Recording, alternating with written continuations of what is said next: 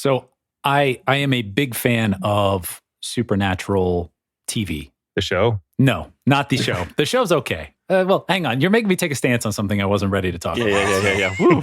Let's wind that back. We're going to go ahead and edit that out, actually. I don't know why I said that.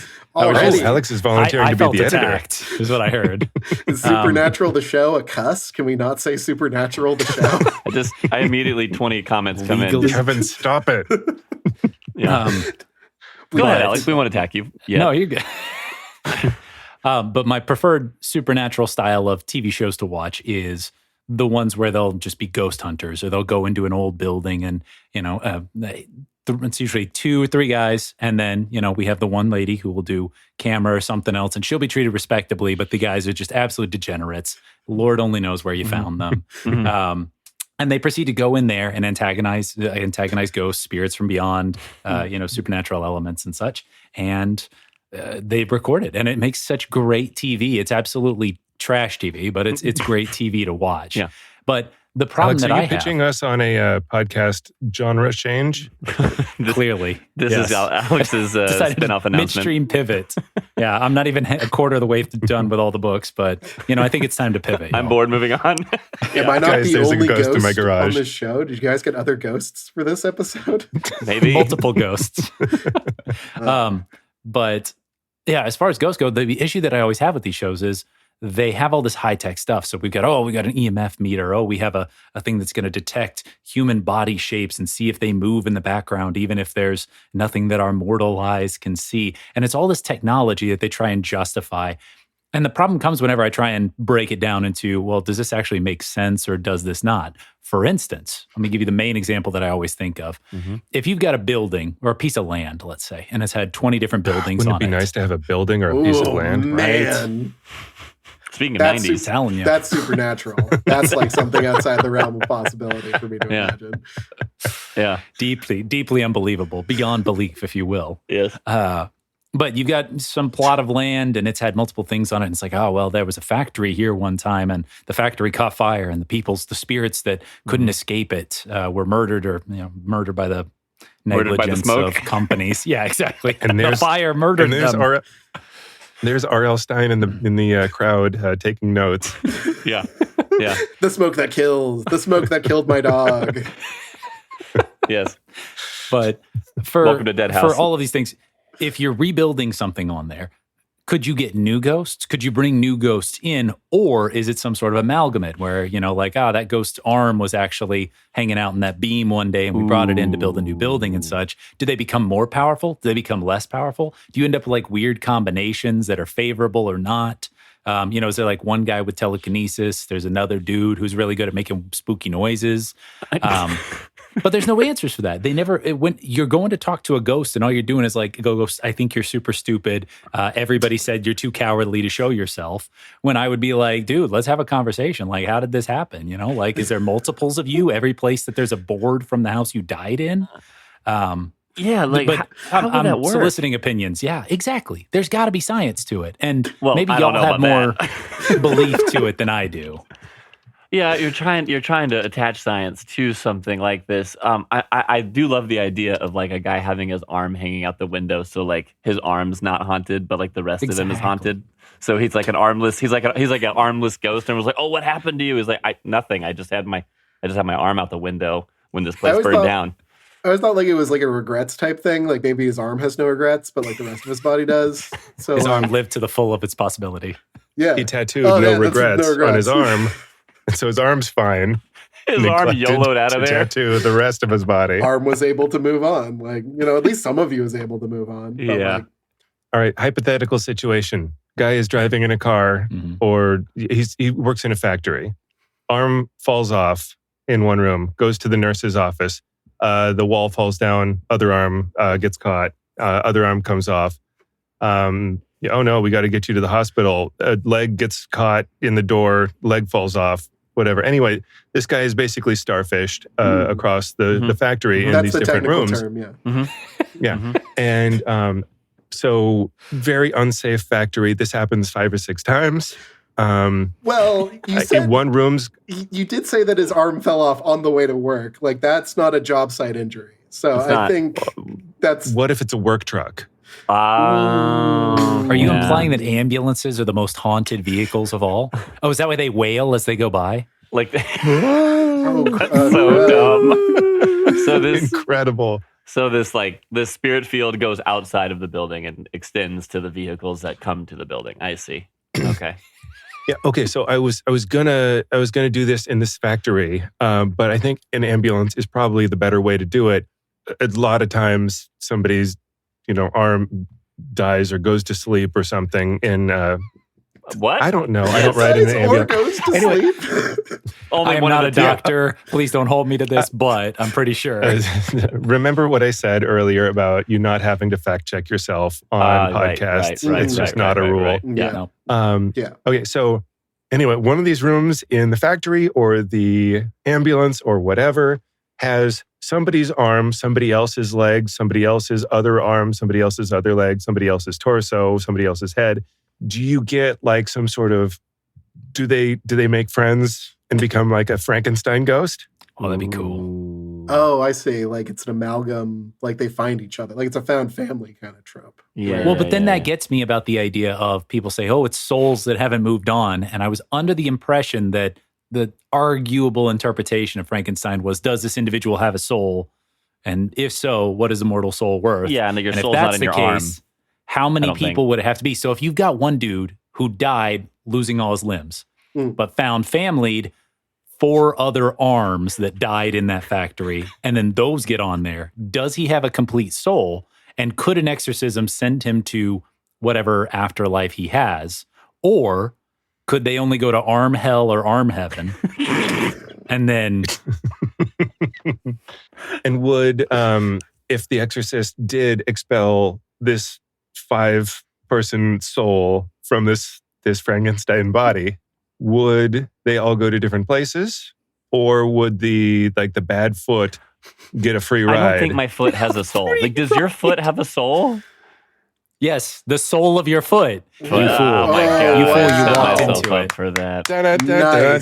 Nice. Welcome to Martin Luther's Thesis 5095, the podcast, our theological podcast where we ask dumb questions. Great. I still wanted to talk about breeding ghosts. Like if you have a very unsafe factory and a lot of people die in there, and then the ghosts meet, can they then have baby ghosts? 2 ghosts love each other. That very you much. could conduct some sort of like boogenics. Boogenics. I just wanted to say boogenics. Oh, that's Cute. good. That's very cute. That's good.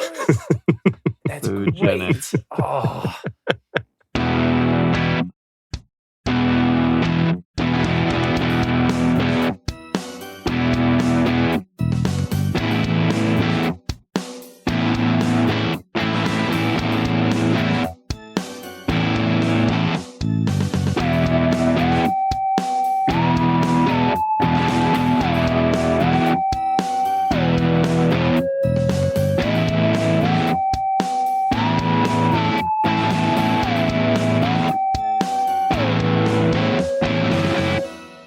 We at Animorphs 55, the podcast, would love to hear from you. You can email the show at animorphspodpeople@gmail.com.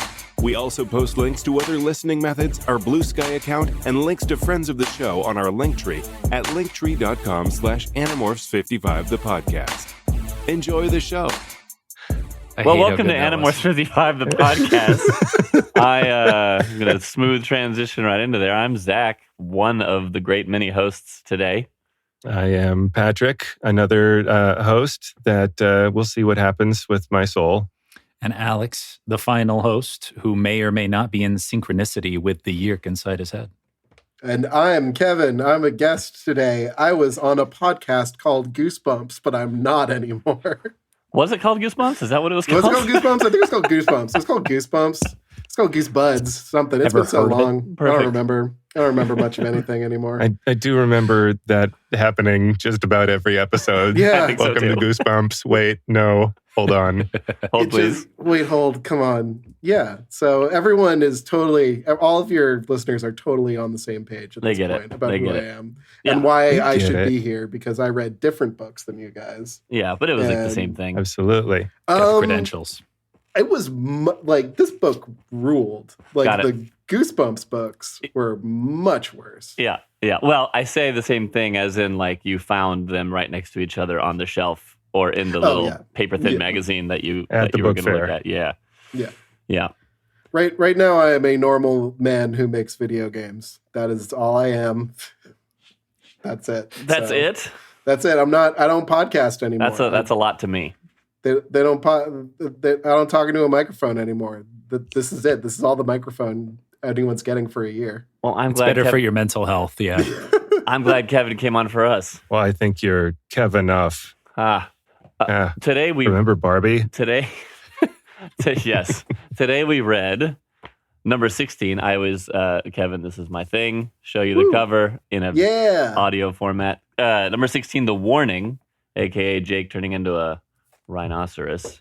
Oh, the tagline, very related this time. Totally. Now it'll take more than the truth to set you free. By the way, am I the only one seeing Patrick's video is frozen? Oh, it's just not moving. Oh, okay, great. It's a wonderful thing. It just looks like this. Oh, I haven't done that in a long time. Yeah, I'm going to screenshot it and send it to you guys. That's when I started talking about ghosts. Yeah, I'm going to screenshot it and send it to you guys just so we have it because it seems relevant. We went through the whole theme song and everything since then. Yep. I'm going to keep it though. Anyways, nice. I'm going to read you should refresh your browser. Yep, lost Zach. Yeah, exactly. I'm going to read the back of the book.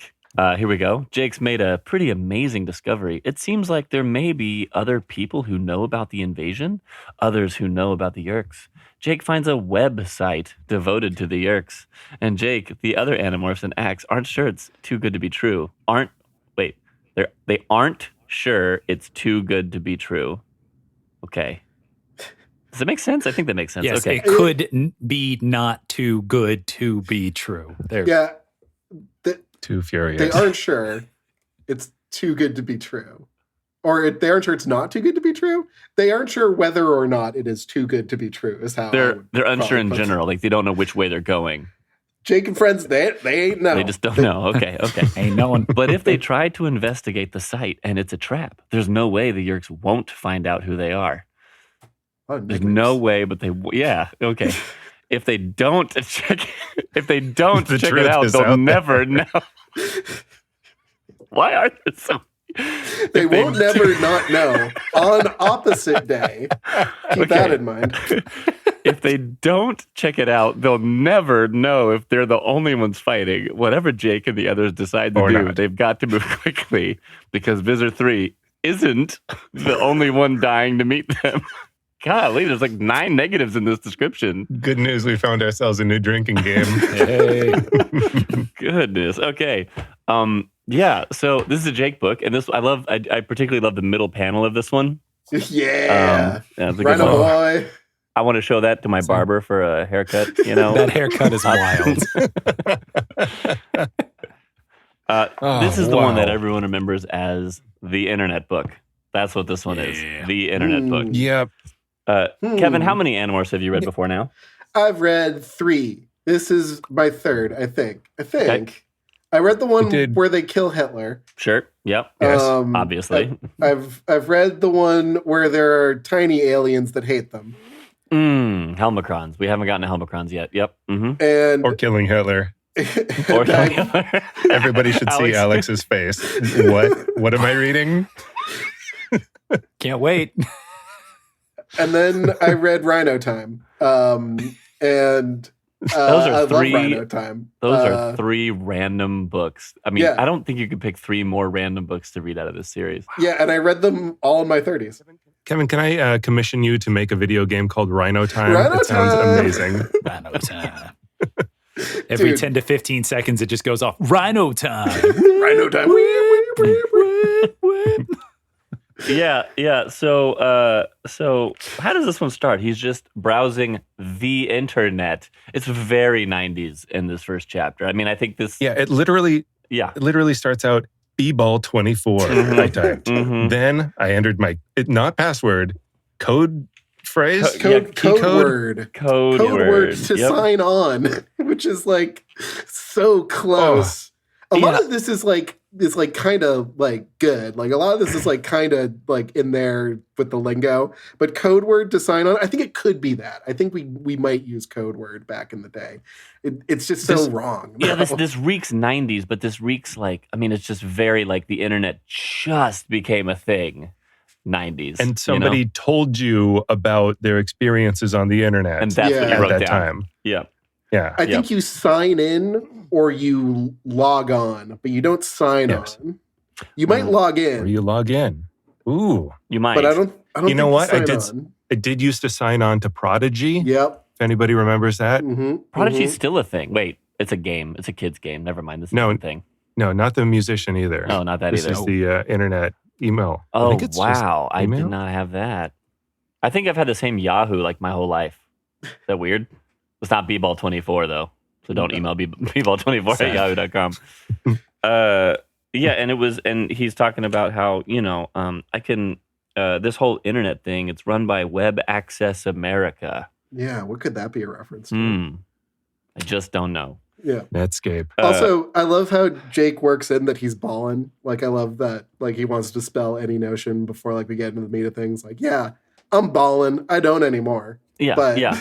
I could. Yeah. I could if I wanted to. At any moment. Yeah, I'm busy. That's the only reason. I got this username from Tom when he didn't want it anymore. Yes. Yeah. He got emails. He got a chain letter. Remember chain letters? Regrettably. I mean, he didn't open it. He just dumped it. Not put it in the trash or deleted it. He got catfished by his friend. Yeah, that was pretty good. Can I read that part? That was pretty great. Please. The third message I got was from Cassie98. Good one, Cassie. I opened it and read it. Jake, ooh, baby, you are the man for me. I love your big manly shoulders. I love your piercing brown eyes. They are brown, right? That's a pretty good line. But most of all, I love the macho, manly way you boss us all around, snapping out orders left and right. I think of you as the new Clint Eastwood. I must have you all to myself. Signed, Cassie XXX. I sighed. It was Marco, of course. Classic Marco. Got him. Nailed him. Yeah. All right. So a lot of times people will put a number in their username because it's like the year they're graduating or the year they were born or because there were 31,000 other people with the same. Or how ballin' you are. Right. As a number. It's a degree of so balling. Why Cassie 98? Yeah, I mean, was this one written in 98? We should still be in 97, I would think. This one says March 98. Boom. Oh. She literally couldn't think of a number, so she's like, I don't know, what year is it? 98. Great. So then he's about to get off the internet. With 97 last year. He's about to get off the internet, and then he's like, and he searches Yeerk, and we're so used to searching anything, and there's like 6 billion hits, right? But now it was just, there's one hit on all of the internet. And suddenly I thought that we're no longer as alone as I thought. And we find out that there's like this, is it a chat room in a website? Is it just a chat room? It's like it's sort of like a RPG shrine almost. Like it's sort of like the Earthbound walkthrough that's online, but it also has like a live chat room in it with scheduled events. Okay, this makes sense. It has like compiled information that may or may not be true. Best kind. Yeah. I read this out loud to my wife because she's never read these. Yeah. And trying to read this chat room part was like insanity. I felt like a crazy person. And I was trying to think, is this how this worked? I don't feel like we interrupted our own sentences. No, it says that you only get so many characters. Right. And so I think whoever invented Twitter was like, hey, this book's got a great idea. What if I limit the number of characters they can use? Yeah. Did you guys catch like that we're also limited to, I think, 38 kilobytes per second? Like that's his like internet speed is measured in bits per second, not kilobits per second, bits per second. Like it's wild. I'm like, yes, look at these little baby numbers. Yeah. And I had a 14.4, then I had a 56K. I never had a 38.4 though. That was a premium upgrade. That's suburbia right there. And that's why Axe was always making fun of everybody. True. But everything doubled every time. Like anytime you have a storage size, you're not going to have like 540 megabytes. It's like in doubles. And so I don't know. It's weird that, okay, we got 14.4, whatever that's a multiple of. Let's do it again. No, that's 28. How do we get to 38 from... In like the burbs, I remember like growing up in like kind of a rich suburb, like there would be the premium package and then like they would just kind of beat down the premium package with some other like dumb number because they really could only offer like one package to the neighborhood and then like throttle it somehow. Like if you weren't paying enough. So I think that's probably what he's got is something that's like premium but throttled. That makes sense. Double duplexed line. Nice. Yeah. Like completely wasteful and there's no need to do that, but yeah, whatever. And they do that with cars now where it's like, if you pay the subscription, I will heat your seats. Right. Or drive for you. Right. But it's the same car. So Jake's like, hey, guys, come on to MySpace or whatever with me. No, MySpace didn't exist yet either, did it? Nope. Yeah, so come on here, look at this chat room. And they just basically go in a chat room and hang they're out. looking at the ASL. site first, and it's got all of these, image artifacts and everything like that, which the speed at which it's happening and no commentary about how quickly the pictures are loading really... In the woods, they think? A little bit suspicious. Well, it's not, because instead of back at the barn, we go to Marco's place because house. Marco's dad's got computer stuff. It's that's not going to help internet speed, but sure. Yeah. Marco does computers. And Marco knows plenty about computers, including asking him, did you disable the cookies? Did you disable the cookies? I love that. So funny. I love that so That's much. just like cookies? Yeah. Good. The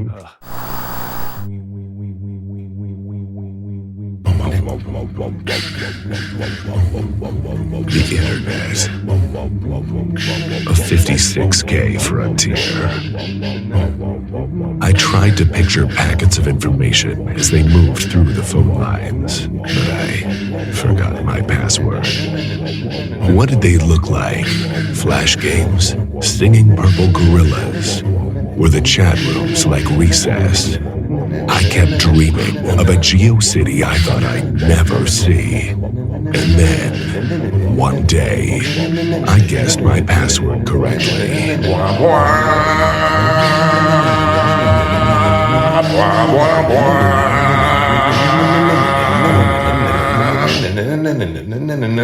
Oh, we're done. And we get images of, what is it, the Skritna. The Skritna. We get a mention of the Andalite Chronicles and all of the events that happened there. We get pictures of Hork-Bajir. Yeah. And we find out that Jake not only is, somewhat internet savvy, but he also watches Deep Space Nine and Babylon 5. Mm-hmm. That's a full and life. X-Files. Yeah. His mom says that used to be your favorite show. Oh, he did. That's right. She did at the end. Yeah. Mm-hmm. I love Rachel's line of defining the internet as, she says, a mix of truth and lies is like the definition of the internet. And equal parts reality and delusion. And look at us all these years later.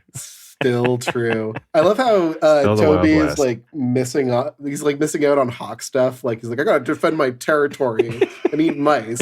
And it was like, I've got a feud scheduled for this morning. The whole time he's acting like, why am I here? Why are we doing this? This is so dumb.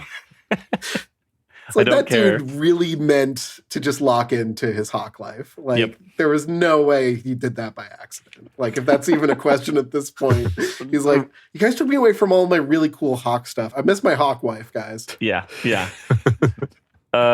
So they decide, we should find out. I mean, they look at some of these people talking and, one of them is just saying stuff about the sharing. One of them's like, I think my dad might be one. Someone else is like, I know people that are. And there's one random guy that just says, I hate all Yeerks or kill all Yeerks or something.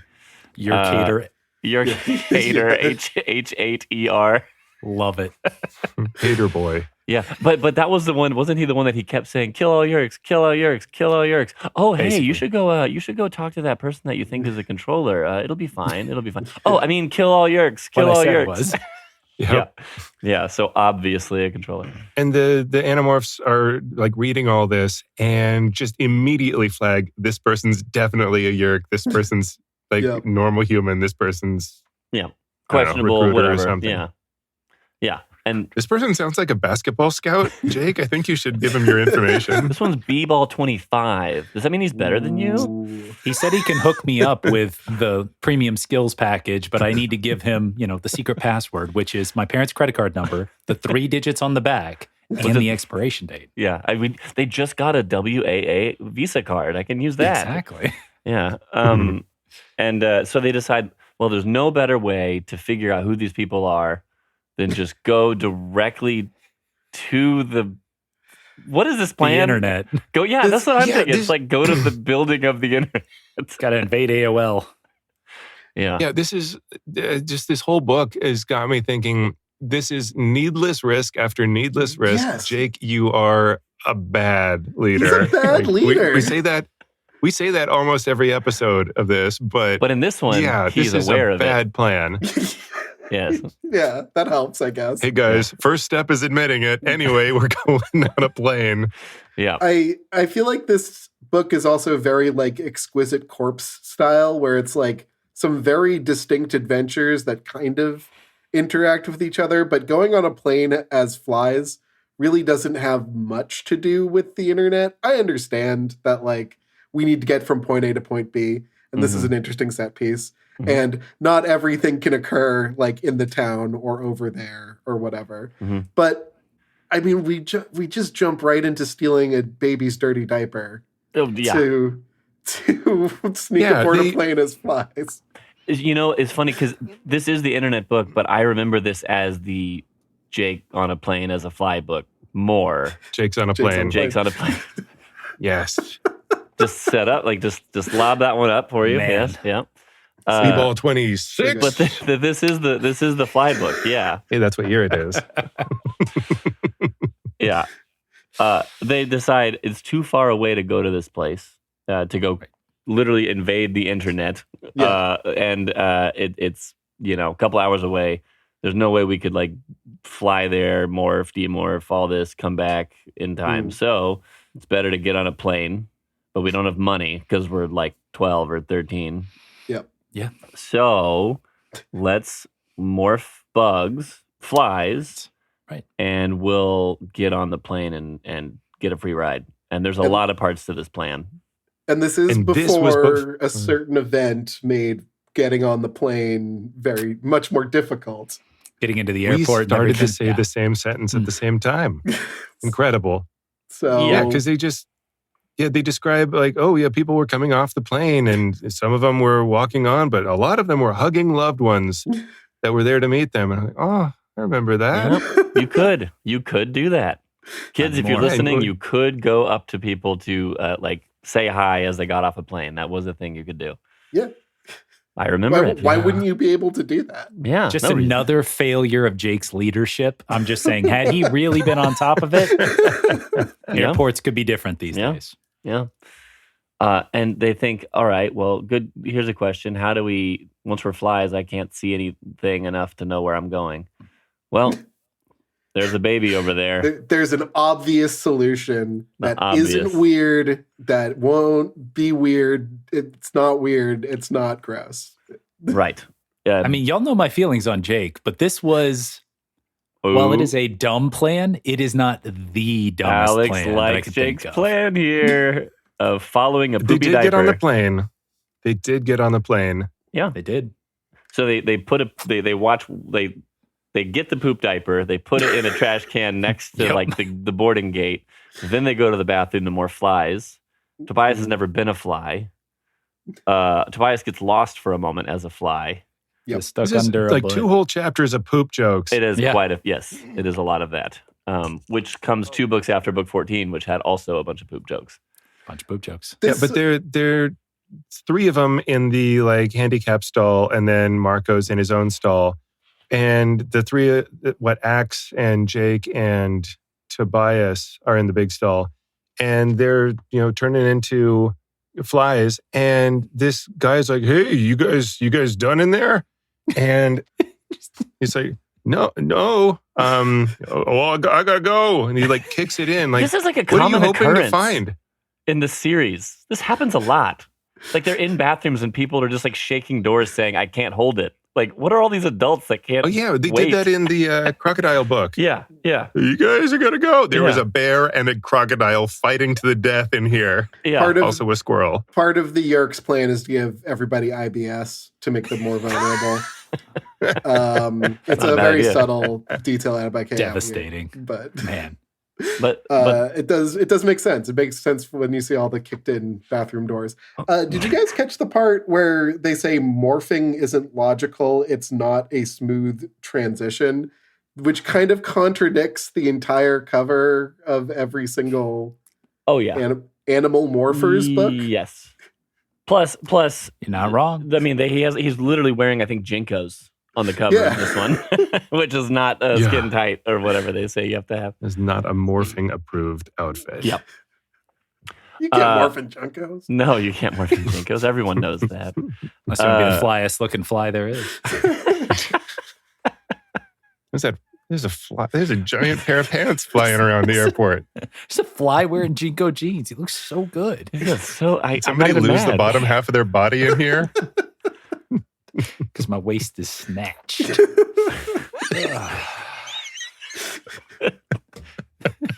So they get Tobias. Tobias is like, "Oh, I'm back, guys. I'm back, but I'm in a weird place. Ha. He's trapped in a toilet bowl with a guy sitting on it, and he doesn't know how to get out." Classic. Yes. I did like, they're all talking, Jake's talking about Marco's talking about Tobias. They're trying to figure it out. They all kind of figured out at once, oh, I'm stuck in a toilet bowl because they couldn't tell. And Axe the whole time going, what are you people talking about? I can't follow this conversation at all. But they get it. The reader gets it. The 12-year-old giggles and gets it. Axe only knows what an Andalite toilet looks like, 2 books ago. Right. And so they get on the plane, and then Jake's just like, and then we just are going to wait, I guess. And you're thinking as you're reading it, you're like, man, am I just going to read them waiting, you know? Because sometimes they have books where not much happens. But I mean, this is a perfect plan. I can see why you'd think we'd just wait through that, because nothing could possibly go wrong. No. But they have, it is an hour and a half flight. And so they have 15 minutes to get on the plane and then off the plane and find a bathroom that doesn't have a poopy diaper. Pretty risky.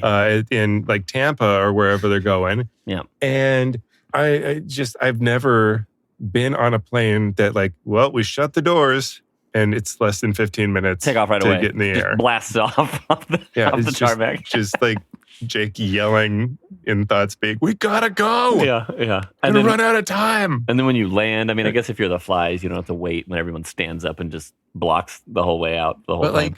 They gotta open the door. They don't even try to fly into the bathroom and morph out, morph back in. Exactly my thought. Yep. Yeah. That would be smarter than I think waiting. with 6 of them, the plane might register that amount of weight suddenly being on it. If they all... I didn't mean all at the same time. No, I get it. Just squeeze in that one little Scooby-Doo explode out the door. I don't know how plane work. I don't know how tube and sky go. But I think when more on it, it feel that. There's suddenly 500 more pounds on this plane. We're going down. I'm not sure. I don't know. But I do I'm not think... a planologist. I do think Marco is maybe, absolved a little bit for... Jake eventually gets injured. Jake gets swatted. Yes. Not pretty hard. Yeah. Yeah, Marco goes after somebody's in-flight meal. Everybody gets in-flight meals. Yeah. Marco's like, oh, Salisbury steak or whatever. Do you get in-flight meals on an hour-and-a-half flight? Rarely. You just get some crappy pretzels. Typically, you barely get drink service on an hour-long flight. Yeah. Anyway. This was the 90s. But this was first class. So it's true. Good call. Different time. This was first class. So you got a Salisbury steak with gravy on it, which is gross anywhere. Yes, it is. An airplane version too. Yeah. And Marco basically gets his friend in trouble, right? Because Marco's swimming in this guy's Salisbury steak, and the guy's like, why are there flies all over this plane? Yeah. And presumably that's the guy that swatted him. Maybe somebody else whose attention was drawn. Yeah, so basically everybody on the plane is now just enraptured by the thought of smashing a fly. Let's go get him. Fly hunt. Yeah. If someone tells me there's flies, I'd be like, okay, why'd you wake me up? I mean, they were doing fine. They were doing great until Marco went for a gravy swim. Right. So like, Marco, you almost killed your friend. I don't think Jake is misplacing his anger enough at Marco. Like, agreed.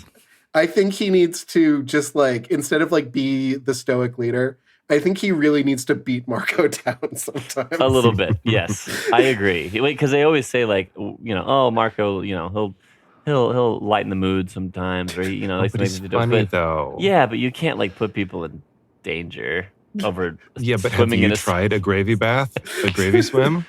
So Jake's like plastered to the ceiling or something, or wall Guts or something. Spilled out. Yeah, everything. Like he's doing bad. Legs falling off, like. Yeah, falling out, not in pain, but in full terror mode because his body isn't sophisticated enough. The body horror in this is fantastic. Yeah. Now, what percentage of Jake's soul is stuck on that plane forever? Yes. But it's only a fly's worth of his soul that haunts that plane. Right. So it's a but ghost his whole fly. soul is compressed down to the size of a fly at that point. So it's got to, is it percentages? Like, right, because then it would have been like half of it, and then just grow back out, and you lost half. Do we know what happens to like the stuff that isn't attached to you when you morph out?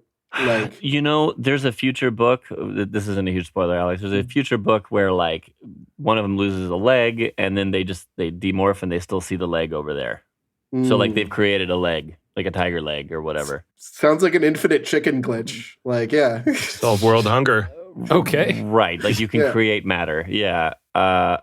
That reminds me of how, so Spider-Man swings through the city, right? And his webs are everywhere. Yeah. Apparently they biodegrade or whatever in like an hour, according to at least some of the versions of Spider-Man. But can Spider-Man like lose a bunch of weight by just shooting a bunch of web? Like, is there an infinite amount? I got to make wrestling weight.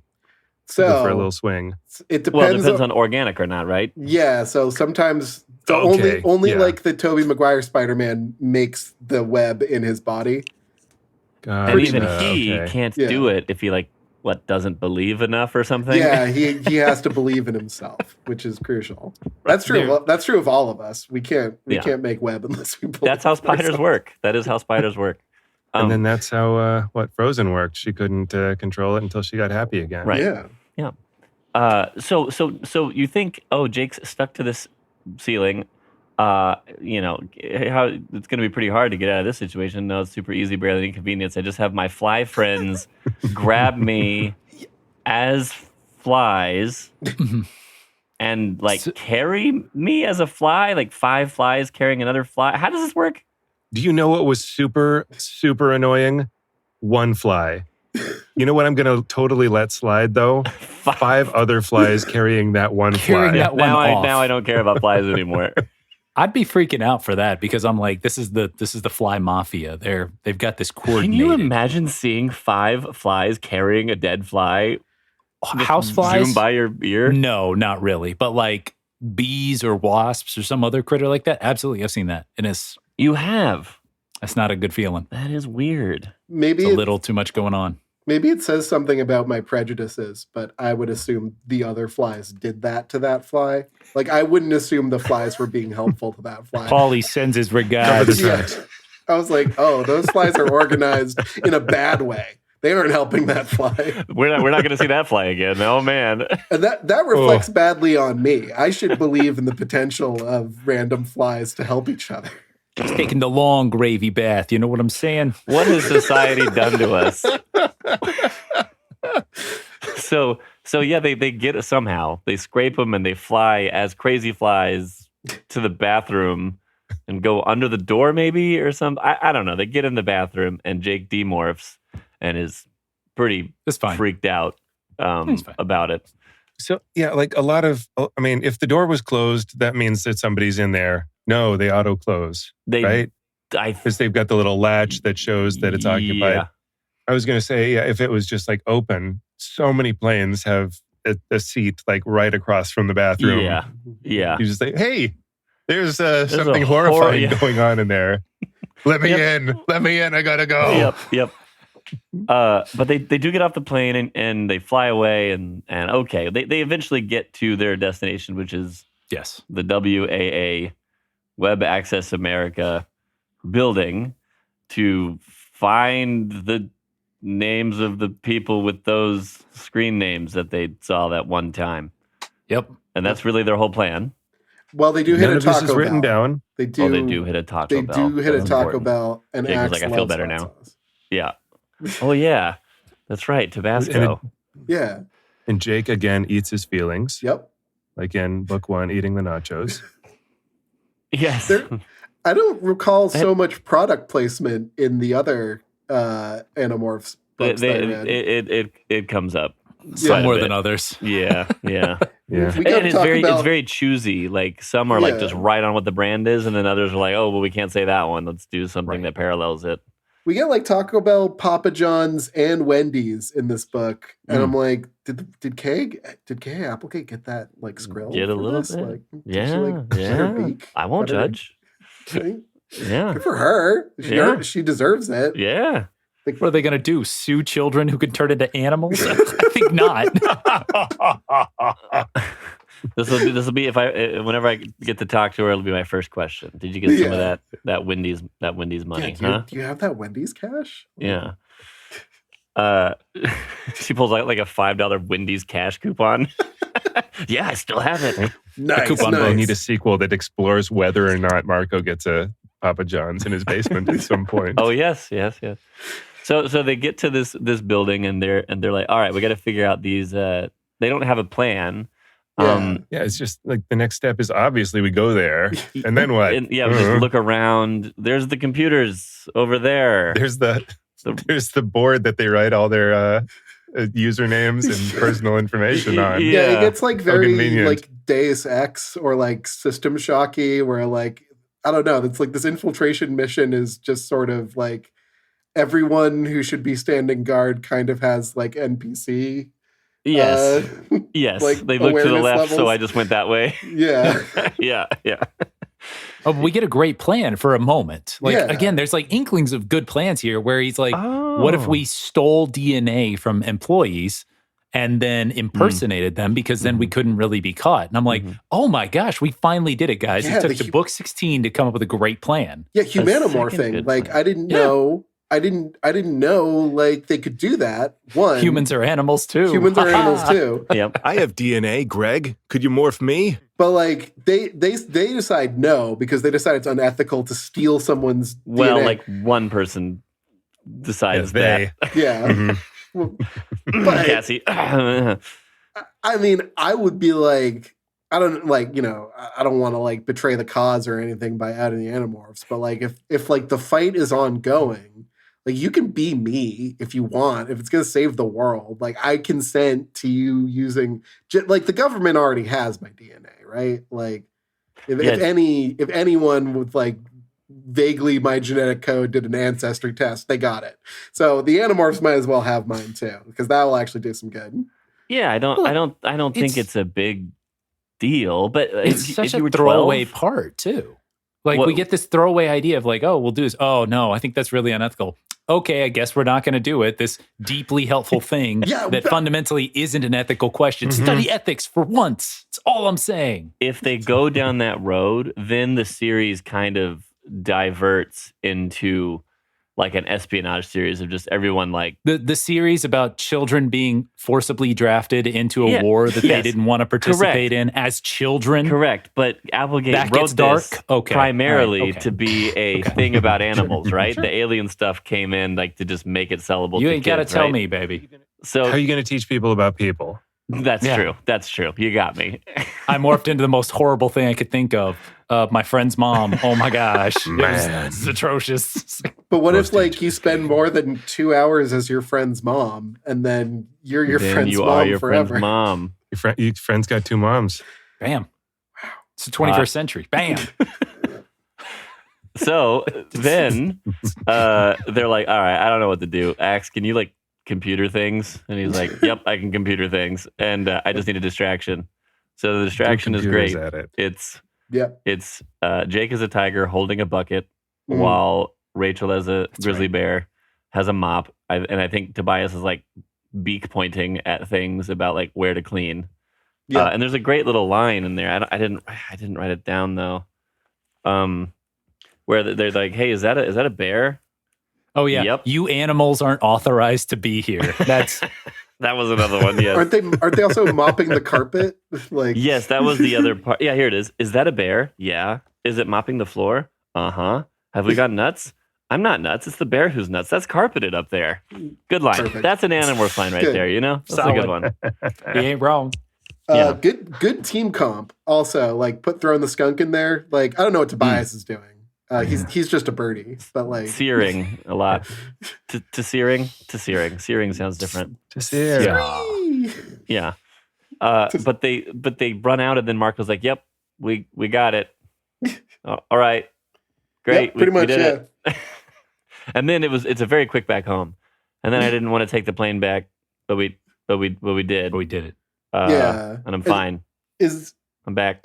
This is where like Cassie pulls him aside and is like, "You don't have to. You if gotta you're buy free. me a hamburger. Mm-hmm. You gotta buy me a hamburger." I got Wendy's cash. Cassie needs Arby's. Cassie needs airport Arby's. Oh, yeah, she does. She pulls him aside and is like, "You don't have to do this if you don't want to." And we get some of Jake's, like, I know he's a teenager. Like, I know he's a 90s teenager. But, like, as, you know, whatever-year-old adults we are now, we have to recognize the toxic masculinity in Jake to be like, no, I'm a leader. I have to suffer because other people are gonna have to suffer too, and I don't want that to be a problem later. Yeah, just where he says, like, by me acting scared, it gives other people permission to be scared. Yeah. Yeah, and I'm yeah. Maybe you should just be like, hey guys, I'm really scared. If you guys were ever this scared, I would want you to tell me about that, and we would find a better way to do things. Yes. But I don't know, like, if that's like too much work for everyone. Kevin, I just got warm and fuzzy. Yeah, and Cassie's like, all right, Jake, I understand, I guess. Guy things. Am I right? Yeah. And so then they go, okay, we have these identities, and okay, so we didn't say that who is the the owner of WAA? Joe Bob Fenster. Oh, yeah. Is that how you pronounce it? Not Fenestra. I've always pronounced it Fenestre. I said Fenestre, but I wasn't sure if that... Because it's what defenestrate means to throw out of the window. Oh. So it's Joe Bob Windows. Yeah. Right. Oh, man. Come on. And with the Good first two names, Joe Bob, I wasn't pronouncing it real fancy like. That's Joe Bob Finister over there. William Robert. Come to my mini mall AOL. In the Andalite Chronicles, didn't Elfhanger meet like everyone involved? Like who did? Like is he a substitute or is he another person? You know what I'm saying? Huh? What? Like in the Andalite Chronicles, Elfhanger met Bill Gates and who else? Oh yeah, like he did meet them. These real people. Mm-hmm. And who didn't invent the internet, bro? Well, okay. Sorry. Yeah, you're right. That's what you get. So it's not Bill Gates. It's You're right. It's not Linus Torvalds. What's his name? There's the guy who actually invented it. It was Al Gore, wasn't it? Wozniak. Yeah. No, it was. Oh my god!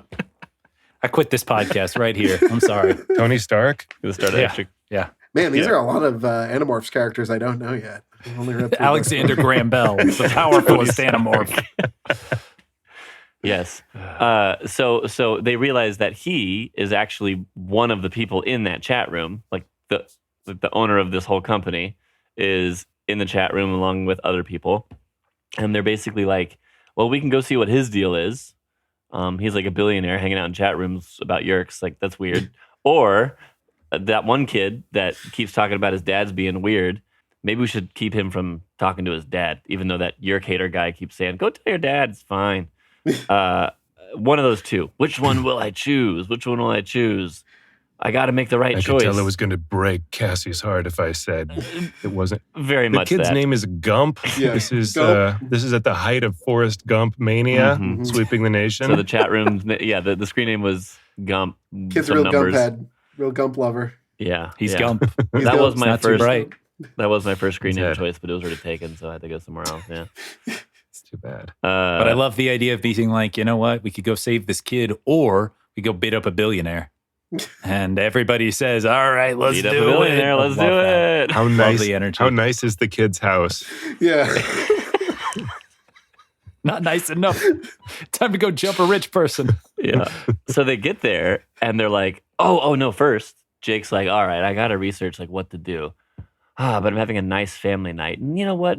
This is what it's all about. Which it was a touching chapter because he's having a moment with his family. But at the same time, you're not prepping for a mission that you're sending all your friends to. Yeah. And also at the same time, his brother is Yeerked and he knows. And it's like, oh, wow. Like I can see the Yeerk pulling the strings on my brother. This is a lovely family dinner that I'm not planning for a tactical military strike during. It's... I mean, again, like the appeal of this series is these kids aren't perfect. They're not meant to fight this war. They're just the ones who have to. Yep. So I like everything that's happening here because it's very textural and cool. But it's also frustrating to be like, be better at your job, Jake. Yeah. Right? I mean, being much older with experience, it's easier than if I was 12, I'd do a bunch of, I mean, they're doing better than I would have, you know? I would morph into a cat on day 2 and get stuck like right away. Never see me again. I'd figure out some way to still play video games as a cat, and that would just be my life. So they get to Joe Bob Finestra's super mansion, and they're like, yeah, it looks real nice. They got all these people mowing the lawn and stuff, and all these security measures. There's like 3 layers of gates. There's guys roaming around with vicious dogs and I think some guys with guns, maybe probably some like turrets or something. Yeah, they have guns, probably space laser turrets or something. And there's an open window, and so they're like, yeah, dive. And Marco's like, I'm sure glad that I did my half of the prep. And so then flying in the one open window didn't work somehow. And Rachel gets like super bug zappered or like something, tasered or like force fielded or something. It's not very clear. It is not very clear, but there's a bit loud sound effect, so some violence must have happened. I got. Yeah. And then they try to get out of there from that. Like, okay, Rachel's in there. Then Axe gets taken because he gets shot down, but he doesn't get up again. This is one of the first. We're going to keep him down. This is one of the first times I've found it to be like believable, like chaos. There's so many times when it's like, oh no, and then I thought that everything was over, but actually it turned out we opened a door the next day and we went through the door. And okay, cool, whatever. Or something falls in the right way, or something opens at the right time, or whatever. Yes.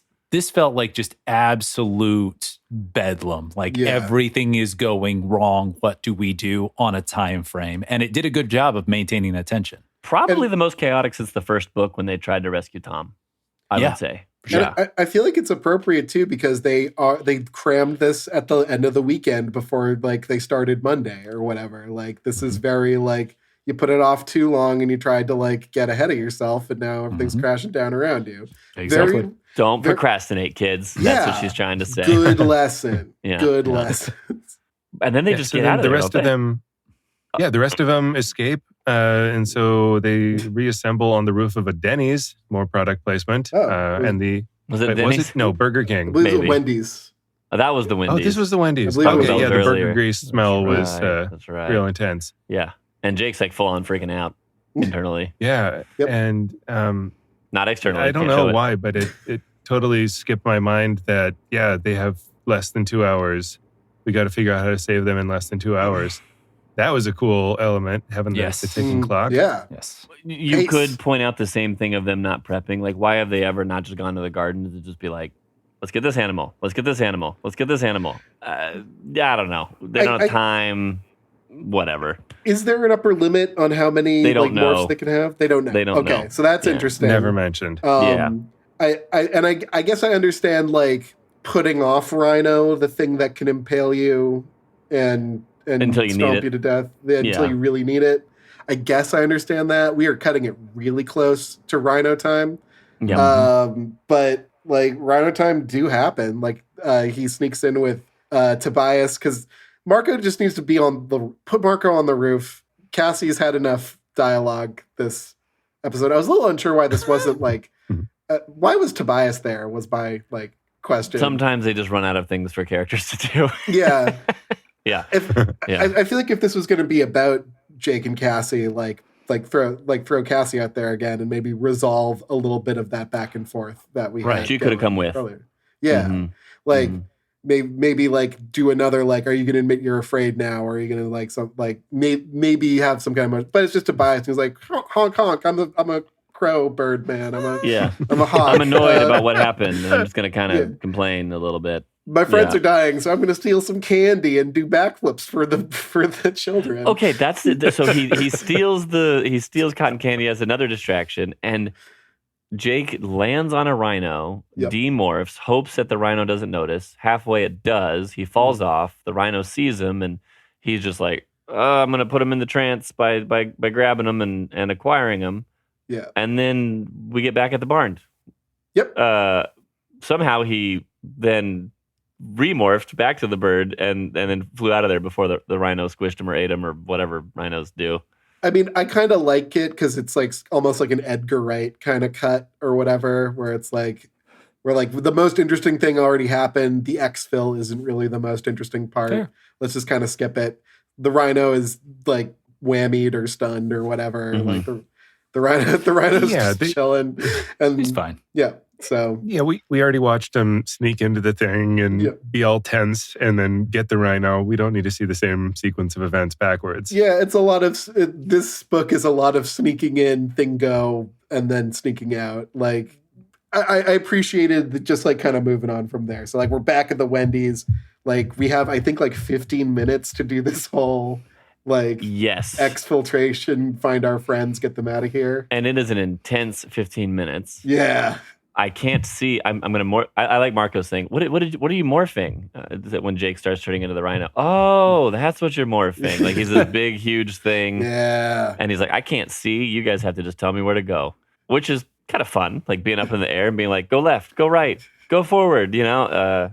Yeah. With all the Donkey Kong Country I played as a kid, I did not know that rhinos couldn't see. Yeah, they could always see all the bad guys that I got with them. They can, just not in front of them well. But they did break a lot of stuff. Well, it was always in front, right? When you're side scrolling. Oh, well, then again, if you saw a rhino crab walking at you so it had a good eye on you, that'd be pretty spooky. Rhino circle strafing at you. He Z-targeted me. I don't like this, man. He's backflipping. He's backflipping. Like, I feel like Crazy Train is playing during...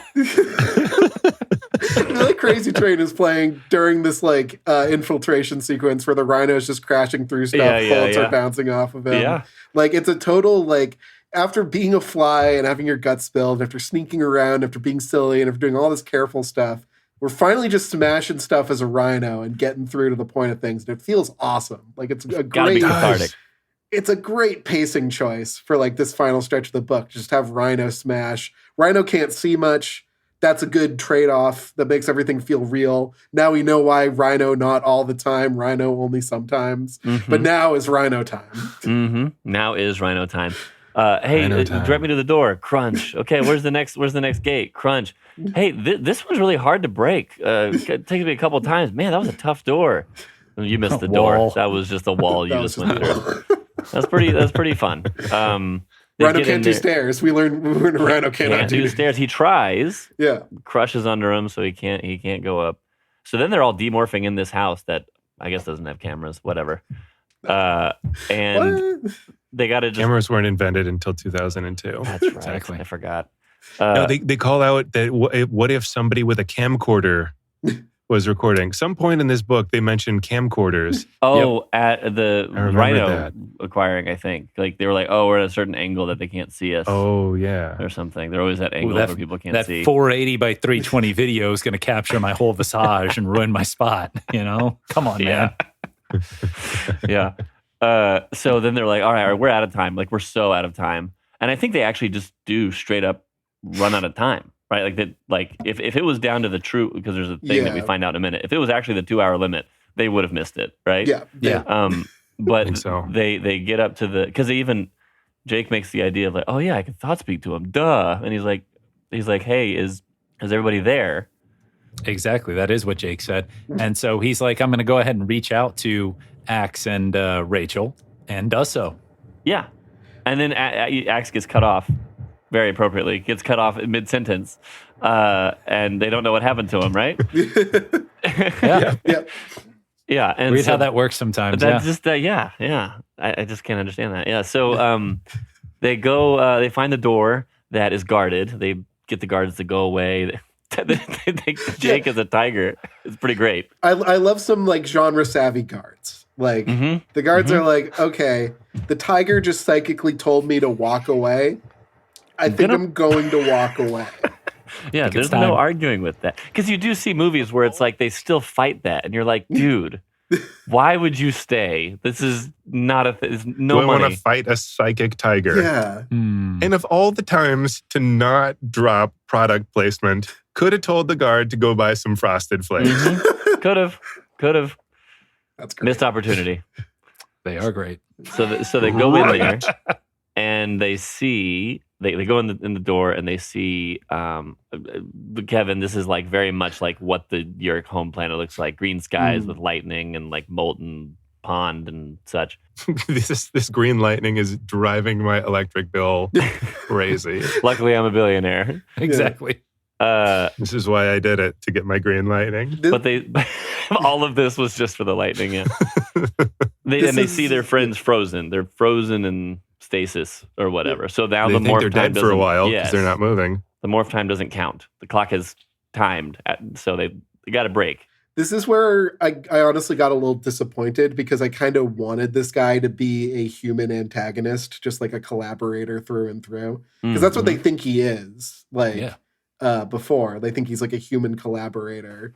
Because all the human guards are using like regular guns and dogs and stuff, and not like Yeerk technology. And I'm like, I think it adds like an interesting like gray zone to have like a human like antagonist who is like, yeah, I love the Yeerks. I'm an evil billionaire. Yeah, and he's just a bad guy. Yeah, and I still want that, but what we get is really, really cool.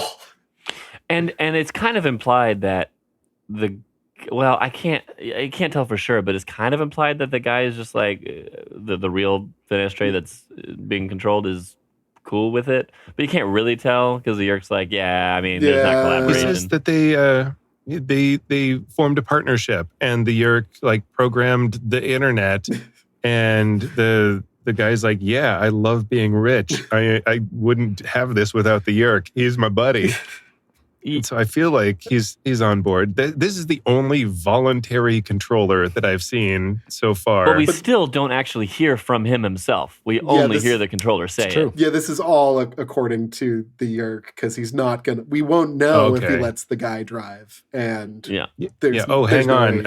I'm in a room with a Yeerk pool. Let me just dunk my head in here, and the Yeerk will jump out, and then I can tell you. Yeah. Or I like the idea better of like, Yeerk's like, no, he loves all of these human things, like being in my weird lightning room and sitting in a weird nutrient pool that's lukewarm. Honestly, he loves that stuff. Humans love nutrient pools. They say that to me all the time on the internet, on my chat rooms that I'm in. Hot tub full of gravy. I'd have a sip of the hot Yeerk juice. I would try some. Just smell it. I've seen Capri Sun commercials. I know that like metallic, like liquid looking stuff. Yep. Yeah. So there's two reveals here. There's like the first twist and the second twist. Yeah. And the first twist is he's like, twist heavy. I'm a Yeerk that's a twin. Yep. I'm Esplin, the number that has like a double number on it, which means that they're a twin. Yep. And I was the lesser. My twin was the greater. Better, sure. Yeah, harder, fatter, better, faster, stronger. And he's like, well, you probably know him. He's this awful. You don't want to get on his bad side. He's just. They take like 3 pages to describe him without telling us who it is. Yep. Yeah, and then the Animorphs save are like, it for the chapter cliffhanger. I know who it is. It's Fizzer 3. We don't actually see Fizzer. Was that big twist for you, Alex? I mean, I knew the twist. Kevin. It was, I was like, okay, what are we getting to here? He's clearly related to somebody important. And I heard, I remember reading, Esplin, that name sounds familiar. I'm pretty sure that's from the Andalite Chronicles, right?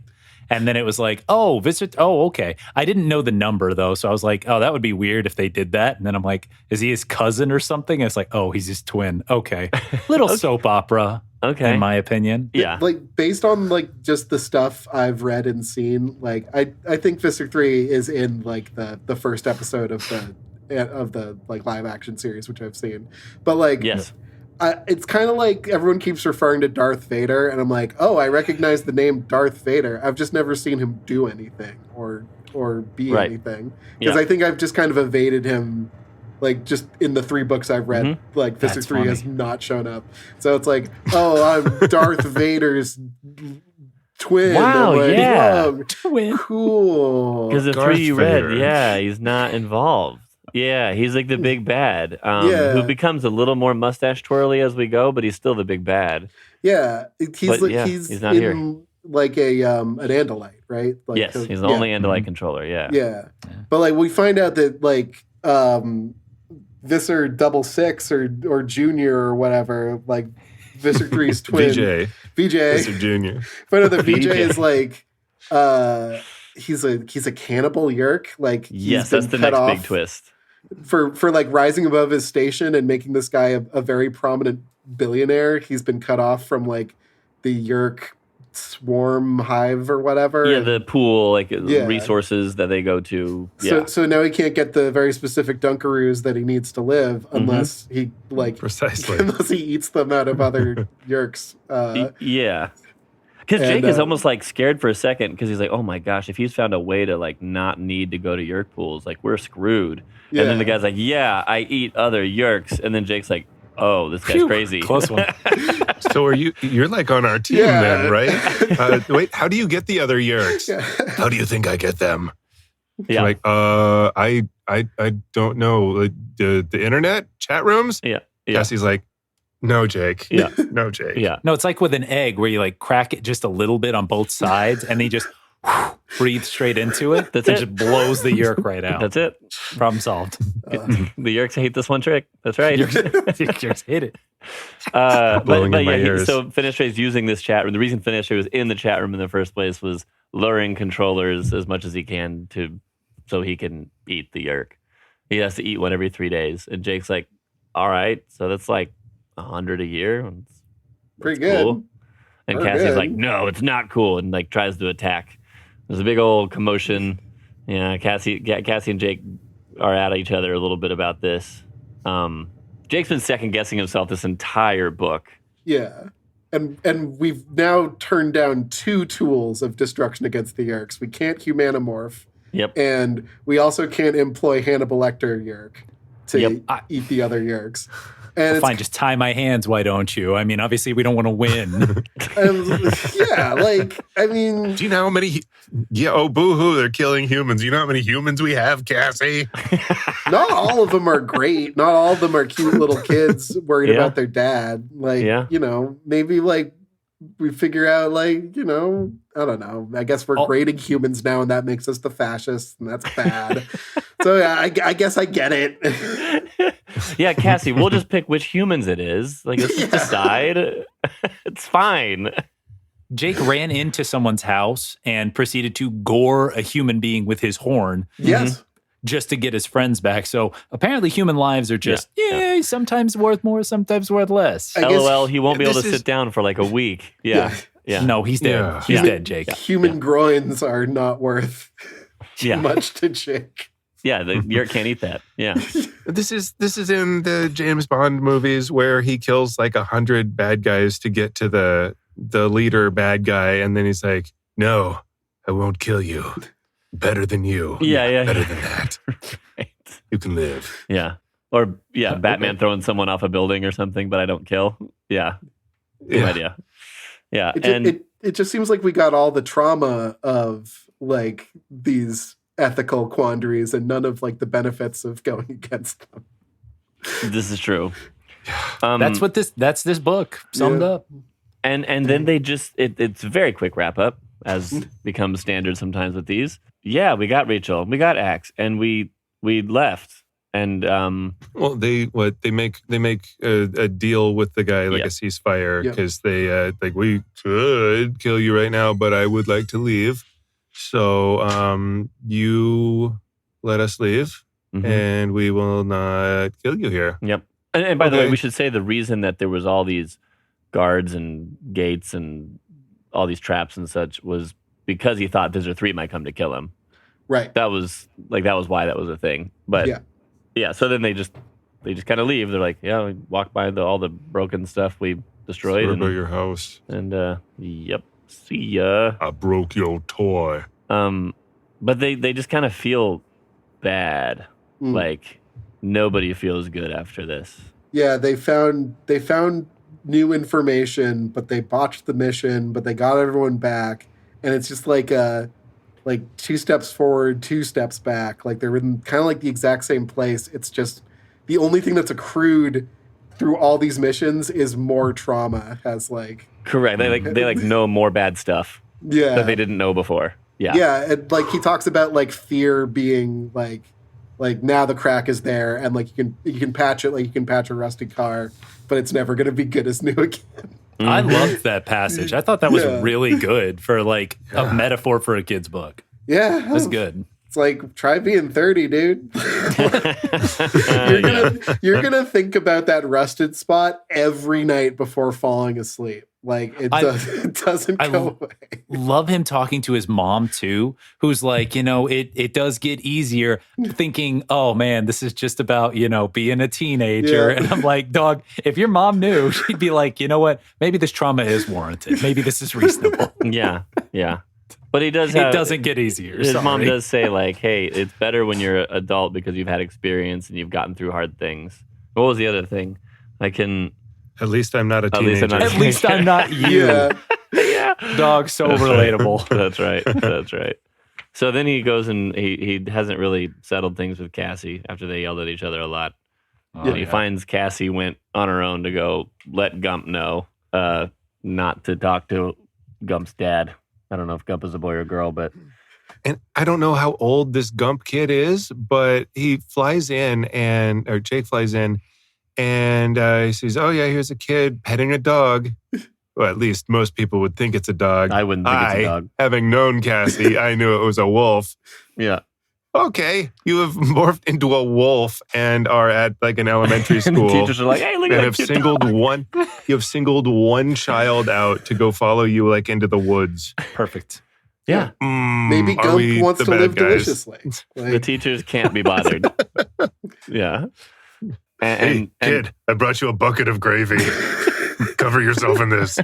Okay, no reason. Magic wolf. It'll make you feel good.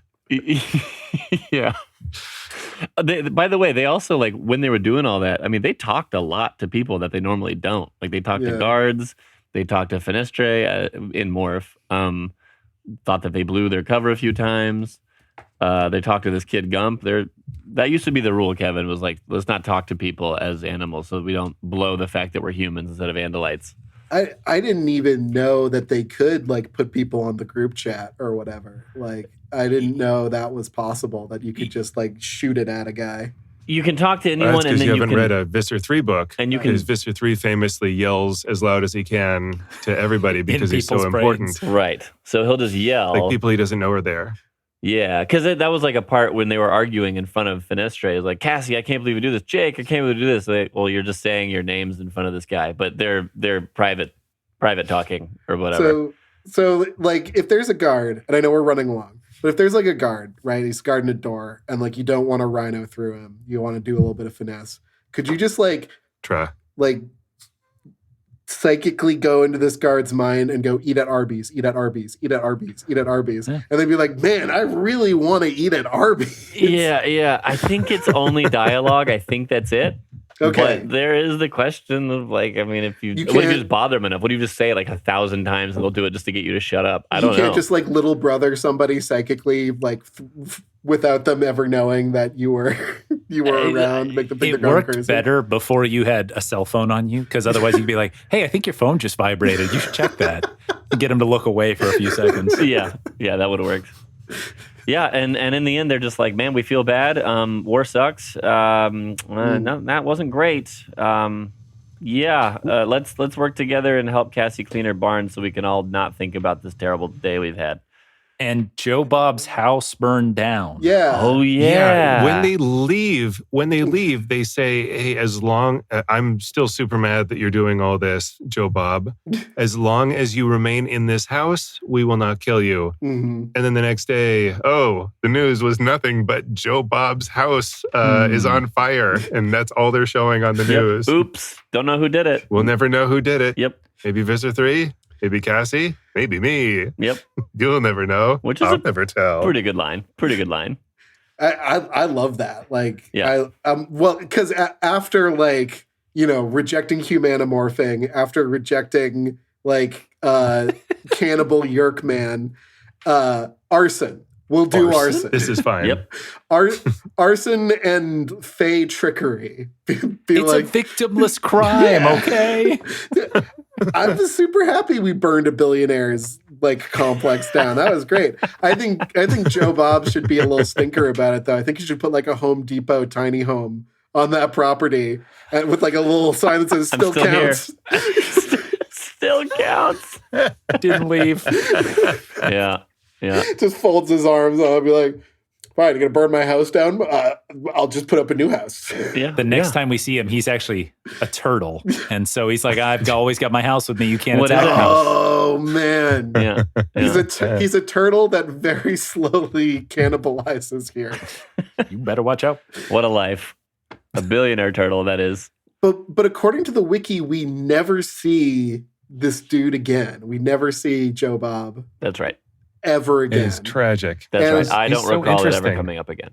I feel like that's such a missed opportunity to have that 100%. Hannibal Lecter character. So wasted. And where bring him in. The only way we can catch Visser 3 is from somebody who knows how he thinks. Yeah. Mm-hmm. So we lay a Yeerk trap. We jump in a random message board and be like, "Oh, my brain's so full of slug right now. I don't know what I'm going to do. I think I'm going to walk into this dark alley. I don't know why I'm typing this here." And then, Hannibal Lecter comes and I'm looking for a snack. And it's like, "Hey, we need to actually ask you a couple questions about what it is for." A perfect plan. I would read that book. Why don't you have a seat? I want to say it's because, we eventually get to ghost written books and things. And so maybe they're a little more disjointed and things like that. But they also had the Helmicrons come in, that Helmicron book you read. There's another one. There's two of those. So why is that there twice, but this isn't? You know what I mean? I don't know. I like the Helmicrons. I think they're another great takedown of fascism. They're another just these guys are ridiculous and stupid, and you can see that as a red-blooded American teenager, you understand what freedom is, don't you? Was that the one that they were in Marco's body? Is that the one you read? I don't think so. I think they were just in the barn. Okay, the other one is worse. Okay, great. So there you go. Hey, if you want to have me back for that one, I've got contacts. Okay. So what did you guys think of this book? We do 0 to 10. Well, and Alex gets creative sometimes. I don't think we've ever done a 0. Have we not yet? No, I don't think so yet. Nope. No, I mean, the worst one so far, I think, has been the horse toilet. The horse toilet book. Yep. Real bad. Yep. Yeah. I like just telling Kevin the horse toilet book with no context. Great. Anyone want to start? Oh no. I'll start. I didn't particularly enjoy. I mean, there were some good things. There were some bad things. Just the whole beginning of the book, I think, soured me on the rest of the book. Just, hey, this isn't how the internet used to work. Hey, that's weird. That's weird. Mm-hmm. I don't think this author knows what 90s internet was like. Hey, here's the worst plan I can think of. Let's fly across the country with no real, with a goal, but no real plan about how to do anything, and then just hope it works out. And then everybody's life is in danger constantly for the rest of the book because of this thing we didn't have to do. Mm-hmm. Just because Jake didn't want to get off the internet on the first day.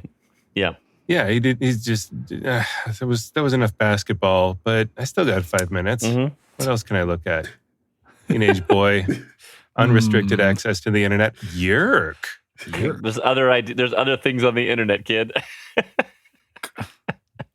Yeah. And so I found Joe Bob Finestra very interesting. I would like to explore that more. I'm sad that we didn't get to, but I don't know. I kind of want to give it a 4. Just the whole book, I was like, no, that's a stupid choice. That's a stupid choice. Jake, stop it. Stop. No, don't do that. But this whole book was don't go down in the basement. Don't leave the light off when you go in the basement. Stop. No. I'm walking out of the theater. Yeah. But he's more aware of it this time, right? Like other ones, he doesn't really seem to be aware of it. This one, okay, but he's aware and he's still making bad choices. Yeah. I don't know that. I mean, it's better, but it's not a whole point better. Sure. Alex, Kevin, please. Okay. I just want to say, you guys don't know how good you have it reading Animorphs books instead of Goosebumps books. Yeah. We read one Goosebumps book and it was terrible. Yeah, they're not. My Hairiest Adventure. They did not like My Hairiest Adventure. Good. That makes me think better of you guys.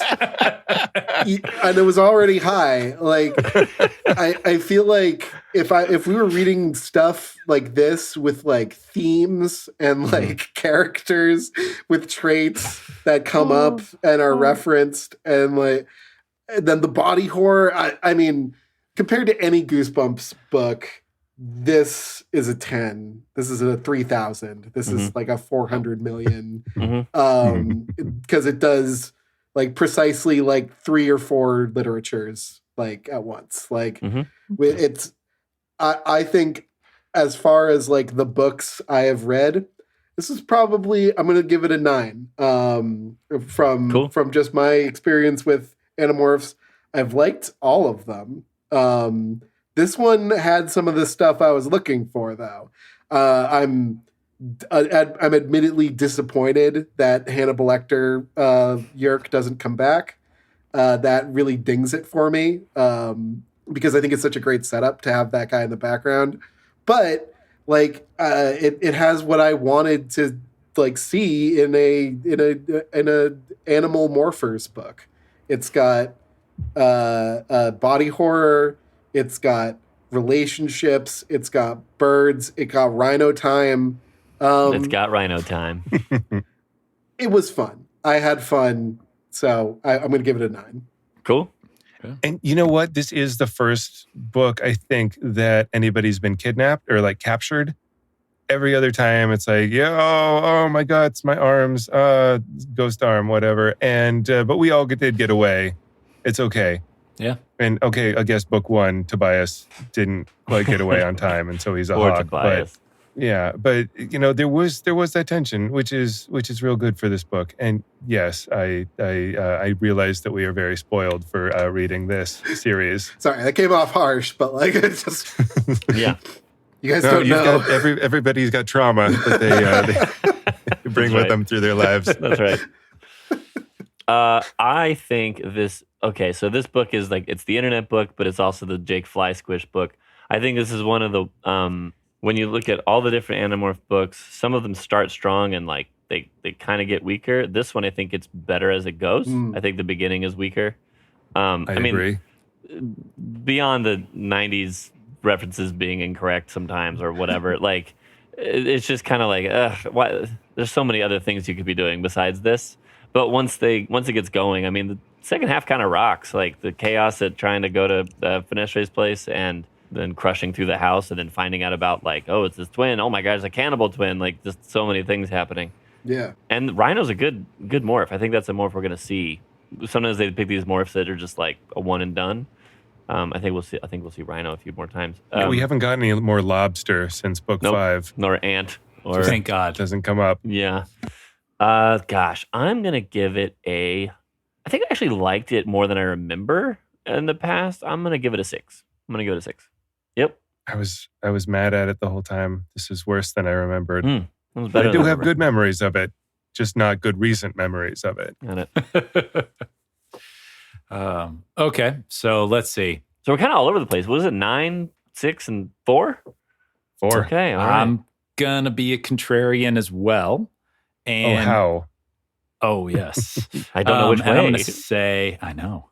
I'm gonna say that I really y'all have seen it across these episodes thus far. I really, really enjoy the books that grapple a little bit more with the consequences of actions and the consequences behind choices that get made and why people make. We had some consequences. Yeah, and I mean, I think the issue I've usually had with Jake books in the past is the fact that it very much feels like, oh, everything's really, really hard to make choices whenever it's basically a foregone conclusion anyways. Like, great job, Jake. You made a decision to do the thing that we already said we were going to do. So you took us from 99 to 100%. Great job, bud. And there's so much of the time, too, that I think his bravado carries him over because he still believes that everything's going to work out all right. And this was the first time that I really liked the apprehension about, like, no, this has real world consequences. And if I tell somebody to do something, it is tantamount to me doing it to them, which may be a little more gravity than it needs. But I think Jake feels like a more real character after this book. Whereas Alex loves Jake now. I'm not saying that, but I will say I definitely liked this book. And I think that the nostalgia-ness and the like kid-friendly nature, like it felt like a good kids movie where it's like you've got consequence, you've got a lot of adult themes, but it's still silliness. You know, you've got them in their battle morphs, you know, mopping a floor to try and confuse guards at AOL. And then, oh yeah, we decided to psychically tell this guy, I can kill you now, or you can just leave. And he's like, yeah, absolutely. That's funny. Yeah. The moments that are funny are well transposed against moments that are very, very serious and involve them talking through it. They don't immediately fix their problems. Like him and Cassie clearly have stuff to work out. And it isn't just like, Jake, you make the call. Okay, I don't know about that. Just kidding. Everything's fine. And we move forward, which we kind of have breezed over some of these riffs before. So I'm going to say I'm giving this one 9 open seats out of 10 in a chat room. Nice. Wow. Okay. That's probably our widest. This was good. Yeah, okay. And it's you see what I mean about the relief of after 14 that we're back up again, right? Candlelight toilet, skibbity toilet. Kevin, read number 14 and tell me if you still think this is Miles. 14 is just not good. It's bad. I've seen such depths of kid lit that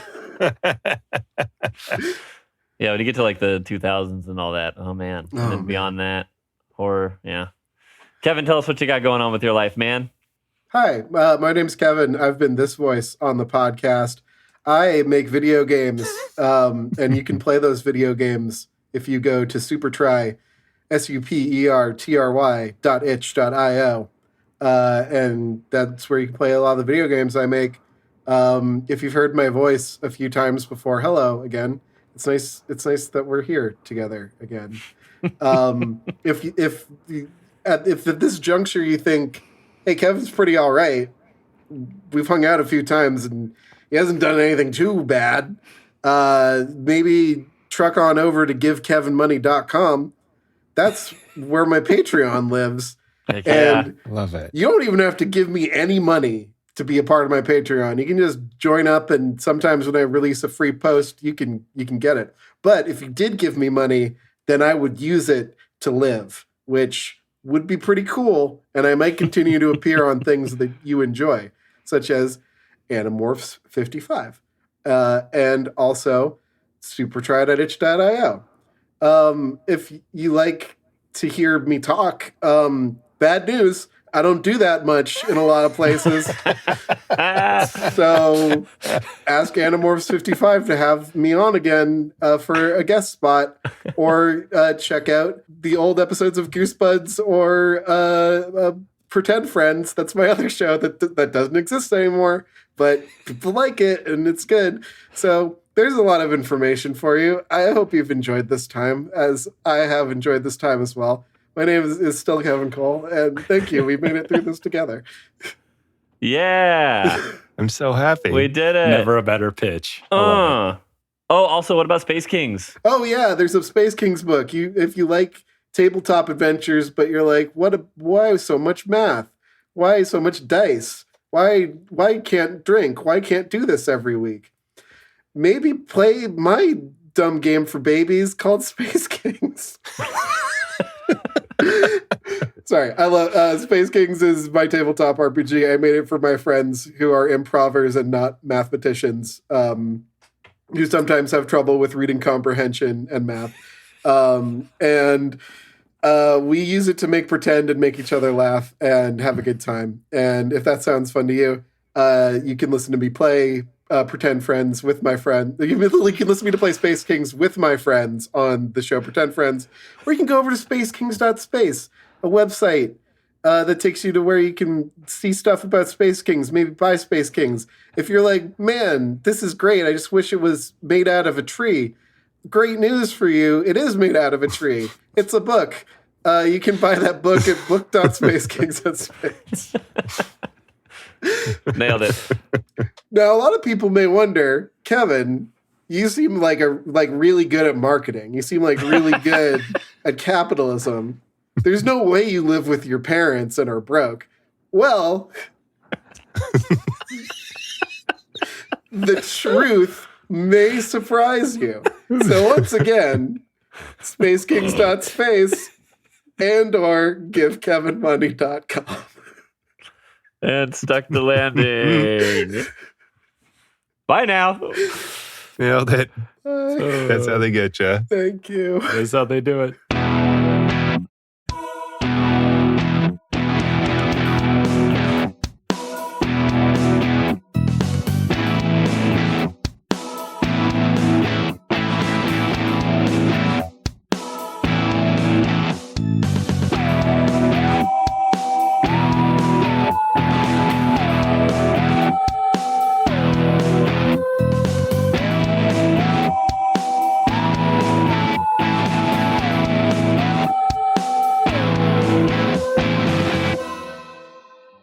Animorphs 55, the podcast, is a fan-driven, nostalgic podcast created by Zach Hurdle, Patrick Viersba, and Alex Holton. But don't tell the Yeerks.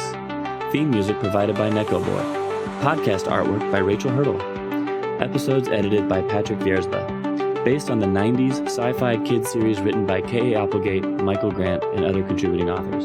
To contact the show, email animorphspodpeople@gmail.com. We'd love to hear from you.